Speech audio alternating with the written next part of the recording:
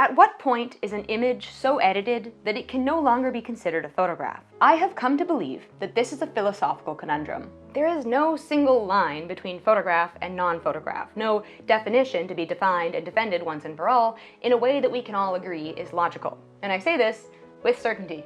A while ago, I made this Instagram reel asking folks to consider the question. I outlined some possible parameters to define a photograph. If something is edited out, it's still a photo, but if something is edited in, the line gets a bit blurry. The comment section of that video revealed to me that although folks have very strong opinions on this, everyone's opinions are rather different. And nobody who claims to be certain of the answer has any solid reasoning to back it up. After interrogating this question a little further, I found that it's entwined with some fundamental philosophical concepts: perception, deception, intention, and ignorance, and perhaps the impact that the history of an object has on its current classification. Semantics? It's a bit like asking, what is art? Although the spectrum of possible answers is a little narrower, maybe more like asking, what is music? It is probably impossible to define art or music in a way that covers all use cases, and likewise, probably impossible to define a photograph. Could we ask, what is not a photograph, and work backwards from there? This is gonna be a weird video. I have a lot to say on the topic, and hopefully you're in the mood to contemplate a lot of questions and get very few solid answers. I apologize in advance for the weirdness, and I've gotten a little ahead of myself already. So let's first introduce the real problem. Okay, so you might be thinking this is silly, because a photograph has a very clear definition, you can look it up. It is a picture made using a camera in which an image is focused onto film or other light-sensitive material and then made visible and permanent by chemical treatment or stored digitally. Easy enough. So this is a photograph. I'm sure we all agree. Okay, so what about this? Or this? Or this? Or this? Okay, so now what have I told you? That this is actually the original image. But I'm lying, because this is actually the original image. And now that I've lied, can you trust that any of these are the original image? I know I'm pulling a John Oliver on you guys. What if I told you that these are all paintings? Or they're all AI generated? Or maybe I've used Photoshop's generative fill to expand the borders of what was already in the frame. The way that you answered these questions may help you to define your own personal parameters for what you consider a photograph, but I wouldn't be surprised if there's some contradictions in there. When you believed that this was an unedited image produced by a camera, you likely agreed that it was a photo. When you learned that it had been edited, you may, or may not, have changed your mind. When I asked this question on Instagram, there was a wide range of opinions. Many people had a set of acceptable edits that could be applied to a photograph without changing its nature. But when the photo becomes too edited, it crosses the border into digital art. But what is too edited? And how do we know when a photo has reached that threshold? The line between what editing is acceptable and unacceptable seems very arbitrary on the surface, and varies widely from person to person. Generally speaking, crop and brightness edits are acceptable to most, but when it comes to chopping things in or out of a photo, we get a wider range of opinions. For some people, things can be added or subtracted from a photo so long as they don't affect its essence. Essence, in this context, seems to be an uncomfortably subjective term. Put a pin in that one. For other people, things can be removed but not added. And for still others, things can be added so long as the intention of the editor is still to produce a photograph. There are a fair few people who we will consider purists, who claim that any edits done to a photograph are enough to invalidate its classification as a photograph. An edited photo is not a photo. Well, unfortunately, there are no truly unedited photos. So by this definition, photographs do not exist. Photography may, but the product, photographs, do not. Yuck. I will explain that one pretty quick here, but first I want to introduce another problem. What if you can't tell that a photo has been edited, or to what extent? Depending on your definition of a photograph, this may mean that you cannot determine if an image is a photograph just by looking at it. You have to know the history of how it was created, what it has been, in order to understand what it is. These are invisible or undetectable elements that contribute to the classification of a photograph. I find this part really interesting, and I actually can't think of a lot of things that are defined by what they have been rather than what they are. I'm sure there's a lot of examples, but this topic has boiled my brain. But think, the history of a thing impacting its current classification. It's giving Ship of Theseus, isn't it? A little bit. But I actually think that we can resolve this problem without encountering a paradox. Since this is a problem that arises depending on the definition of photograph, we should strive to define photograph in a way that doesn't encounter this problem. I'm sorry I'm talking in riddles, this whole video is riddles. In asking these questions, we encounter the themes of intention, deception, perception, and ignorance. Was the image intended to remain a photograph, even as its elements were stripped away, polished, altered, and replaced? Is the viewer meant to assume that this is reality? Does the viewer believe the image represents reality? Does the photographer believe this? And if they do, but it doesn't, is it a photograph? So, there is a dictionary definition that I have already read for you. A photograph is a picture made using a camera in which an image is focused onto film or other light-sensitive material and then made visible and permanent by chemical treatment or stored digitally. And this is very vague. It doesn't sound vague, but it is. First of all, it relies on the definition of the word camera, which is an instrument used to capture and store images and videos, either digitally via an electronic sensor or chemically via a light-sensitive material such as photographic film. So then the human eyeball is a camera, right? It has a lens, aperture, light-sensitive material. The images it records are stored chemically in the brain. Are memories photographs then? If we go by this definition, they can be. But memories are unreliable. They're prone to exaggeration and omission. So do we allow this of other photographs as well? In many cases, yes, we do. Other ways of capturing an image using light, by this definition, are not photographs. Cyanotype photography does not produce photographs, I guess, because there's no camera needed. X-rays, uranotypes, if it produces an image by focusing light onto a light-sensitive material, but it doesn't use a camera, it's not photography, I guess?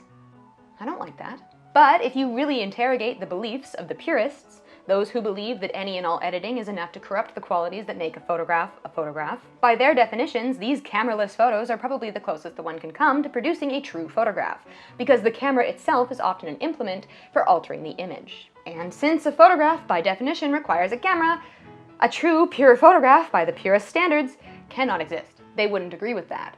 But let's explore it.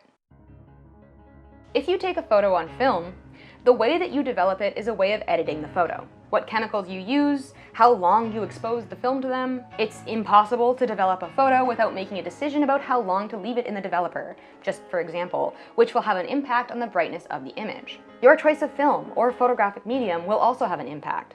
If you choose Kodak Gold over Fuji, the colors of your image will come out different. Is this editing? When you scan the image, your choice of scanner will have an impact. Even inverting the negative to make a color-positive image is editing, technically. So does slide film produce photos that are more pure than color negative? Because that's stupid. Instant photos could be considered a little more pure, but when I take a photo of them to show them to you, they become edited. And treatments that I can choose to make or not while the photo is developing will also impact the outcome of the image. Whether I leave it in the sun or I choose to shake it will both affect the saturation and brightness of the final photo. Even if I choose not to do any of these things, I'm still making a conscious decision about how I want the photo to come out, and that, I believe, is a form of editing. But let's say that you're using a digital camera. Fuji's cameras allow you to select presets and shoot all photos with that color palette. Is that editing? The photo never existed without the preset applied. There is no original, so is it editing? Sony cameras are known for having richer colors than Nikon or Canon. Is that editing? The white balance you set your camera to, is that editing? If you take an image in RAW and JPEG at the same time, it is the same image, but they will have slightly different color palettes. Which one is edited? If either. Or both. Or say you take a photo on your phone. Don't get me started on this one, I will get started. Most of what makes modern phone pictures so nice looking is computational power and isn't actually related to the lens or shutter or sensor or any of that. Most smartphones will take a photo and then pause a moment and then show you the completed image. What is the phone doing in that pause? Is it editing? An aside, actually, Samsung phones use deep learning AI to enhance the images they take. If you've ever taken a really incredible picture of the moon using your Samsung phone, no, you didn't. Even the simplest phones will take multiple photos with different exposures and then layer them over top of each other to create the image they show you. Is this editing? Funny enough, none of these things seem to factor into the purists' perspectives. They obviously believe that photographs can exist, so there's an internal conflict here that can only be resolved through ignorance. It seems that only intentional editing can corrupt a photo in the eyes of a purist. As long as the photographer is unaware of it and doesn't intentionally use it to benefit the image, the product can still be called a photo. If they don't know that their phone camera does these computations, if they don't know that their film scanner has color settings, if they don't know what their camera's white balance is set to, then it's still photography. In this case, photos can only be taken in ignorance. And would you look at that? Ignorance is one of the key themes for this video. Let's dive a little deeper into those themes, shall we? To remind you, the themes are perception, deception, intention, and ignorance. If I perceive a photograph to be unedited, I will very likely agree that it is a photo. If you edit a photo in a way that doesn't tip me off, you deceive me, I'll also agree that it's a photo. In many cases, I'm willing to suspend my disbelief, even if I know that a photo is heavily edited, because it is still intended to be a photograph. Every photo of Kylie Jenner is a great example of this. If I were to use hard and fast definitions, these would all be closer to digital art. But I call them photographs because the intention factors into my subconscious definition. If I had only ever seen images of Kylie looking like this, and then someone tried to tell me that this was a photo of her, I would probably call this digital art. But the fact that I've only ever seen her looking like this allows me to remain ignorant of her real appearance and therefore ignorant of the nature of this image, leaving the validity of the term photograph intact. These telltale postcards are photo manipulation, but these spirit photographs are photographs. They are both produced with the same darkroom technique, splicing images and creating double exposures. But one is done with the intent to entertain, and the other is done with the intent to deceive. The spirit photographer wants you to believe that this is an image of a ghost, and so we call it photography. Looking at all of this, we could say that ignorance plays a key role in how we define photographs. Except when it doesn't. The astrophotographer wants you to believe that this is reality, whereas the digital artist expects you to know that this is fantasy. Again, these images are produced with the same techniques. They are composite images knit together, maybe even using the same number of original images. And yet, one is a photo, and the other is digital art. But it's interesting, right? Because ignorance is not a factor here. Other photographers looking at these images will call them photos, even though they know that they're produced through composite. Deception is also out here for the same reason. Anyone who has tried astrophotography would not be deceived into thinking that these images were made in camera. So that leaves two themes, two concepts, standing: perception and intention. The astrophotographer believes that this image represents reality to some degree, even after spending hours producing it in Photoshop. They call themselves an astrophotographer, right? Not a digital artist. Can we say that this image is a photograph because it approximates reality as it exists in the mind of the photographer? Have you ever seen something so beautiful and you go to take a picture of it and then you get home and the picture looks really meh? If you're a skilled photo editor, you might take that image over into Photoshop and zhuzh it up a bit to better approximate what you remember seeing. Really, you're approximating the feeling of being there, of witnessing that splendor in person. And if you have to exaggerate some sunbeams and crank the saturation up a bit to achieve that, so be it. When we stand in the dark for hours looking at the stars, our eyes adjust. We can see the landscape around us and the glory of the stars above us.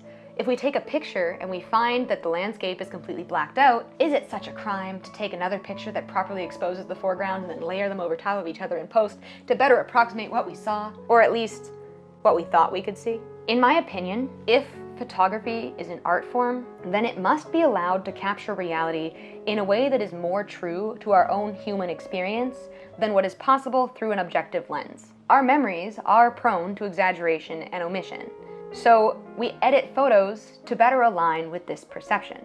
I'm sure you've had the experience of looking at the moon, giant in the sky, thinking, wow, that looks splendid. And then you take a picture and it's just this white pinhole thing in the distance. You're being confronted with your own exaggerated perception. You remember earlier I told you that Samsung phones use deep learning AI to enhance the photos that they take of the moon? Probably most phones do something like this, and not just with the moon. They take many examples of the image and layer them into a composite to create something more visually pleasing or recognizable. Your brain does that too. If you're looking forward, you can't actually see much of what's in the periphery of your vision. Your brain is just making all of that up based on visual inputs and prior data about the space. When you move your eyes around, your brain is adding stuff in to create the illusion that you can see, even though your vision is actually blurry for those moments of transit from one point to another. Our perception of reality is one constant composite image, and so if we strive to create photographs that represent reality, not as matter that exists in space, but reality as it's constructed in the human brain, we cannot place parameters around the extent to which a photo can be edited. We have to use gooier terms, like perception and intention and essence. Earlier on, I mentioned that for some people, things can be added or subtracted from the photo so long as it doesn't affect the essence. When I first read those comments, I thought they were far too wishy-washy and subjective for my liking. After spending 3 weeks thinking about this topic and considering it from every possible angle, I concede. The essence of a photo is a collection of core concepts that stand out in one's mind. It's allowed to ignore peripheral elements like birds and clouds that come and go, and so long as the essence of reality is preserved in the eyes of the photographer, it can be called a photograph. So I think that now, with all of us in mind, we are equipped to summarize what photography is, and you might not like the answer that I came up with. So, we've looked at the purists' definition of a photograph, which is, if we're interpreting their views charitably, a photograph is the purest possible product of a camera. But most of us don't agree with the purists, and instead we might say, a photograph is a piece of visual media originally produced by capturing light and believed to represent reality.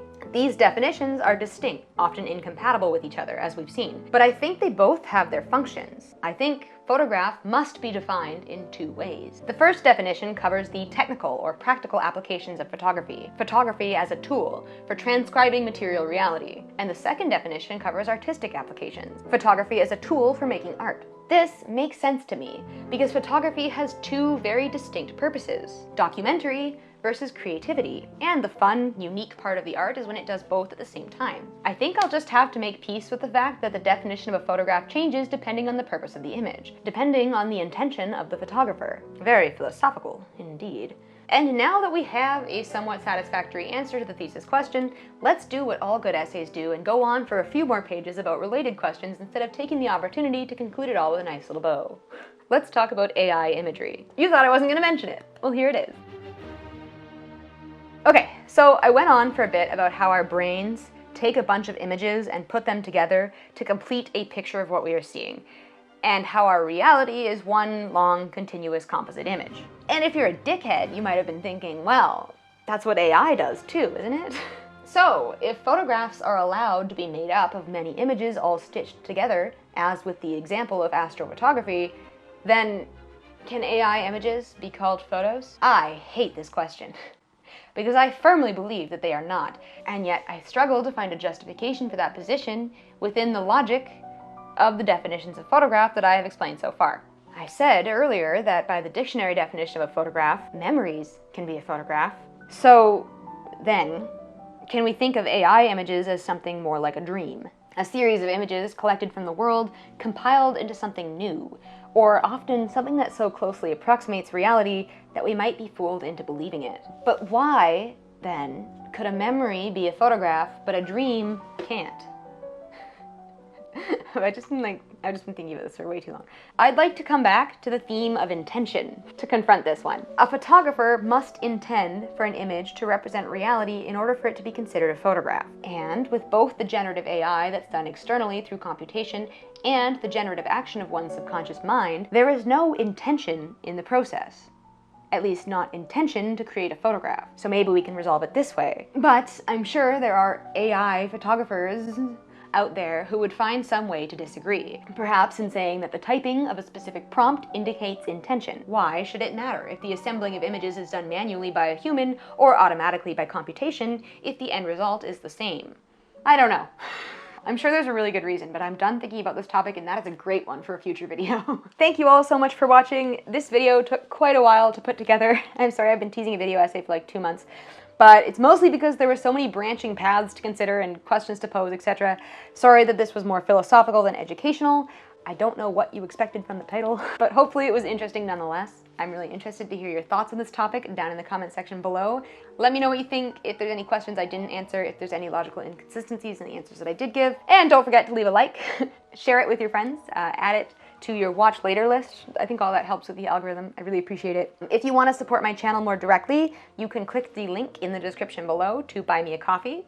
This is a one-time $5 donation, and all proceeds from this link go towards creating quality content for my channel. Thank you so much to anyone who considers this, and a huge thank you to everyone who has already bought me a coffee. I do super appreciate you guys. I will see you guys back here next week with a new video. It's probably going to be something to do with 800 ISO color films and conspiracy. I'll leave it there. Until then, I want you guys to stay sharp and don't forget to keep shooting. Bye guys.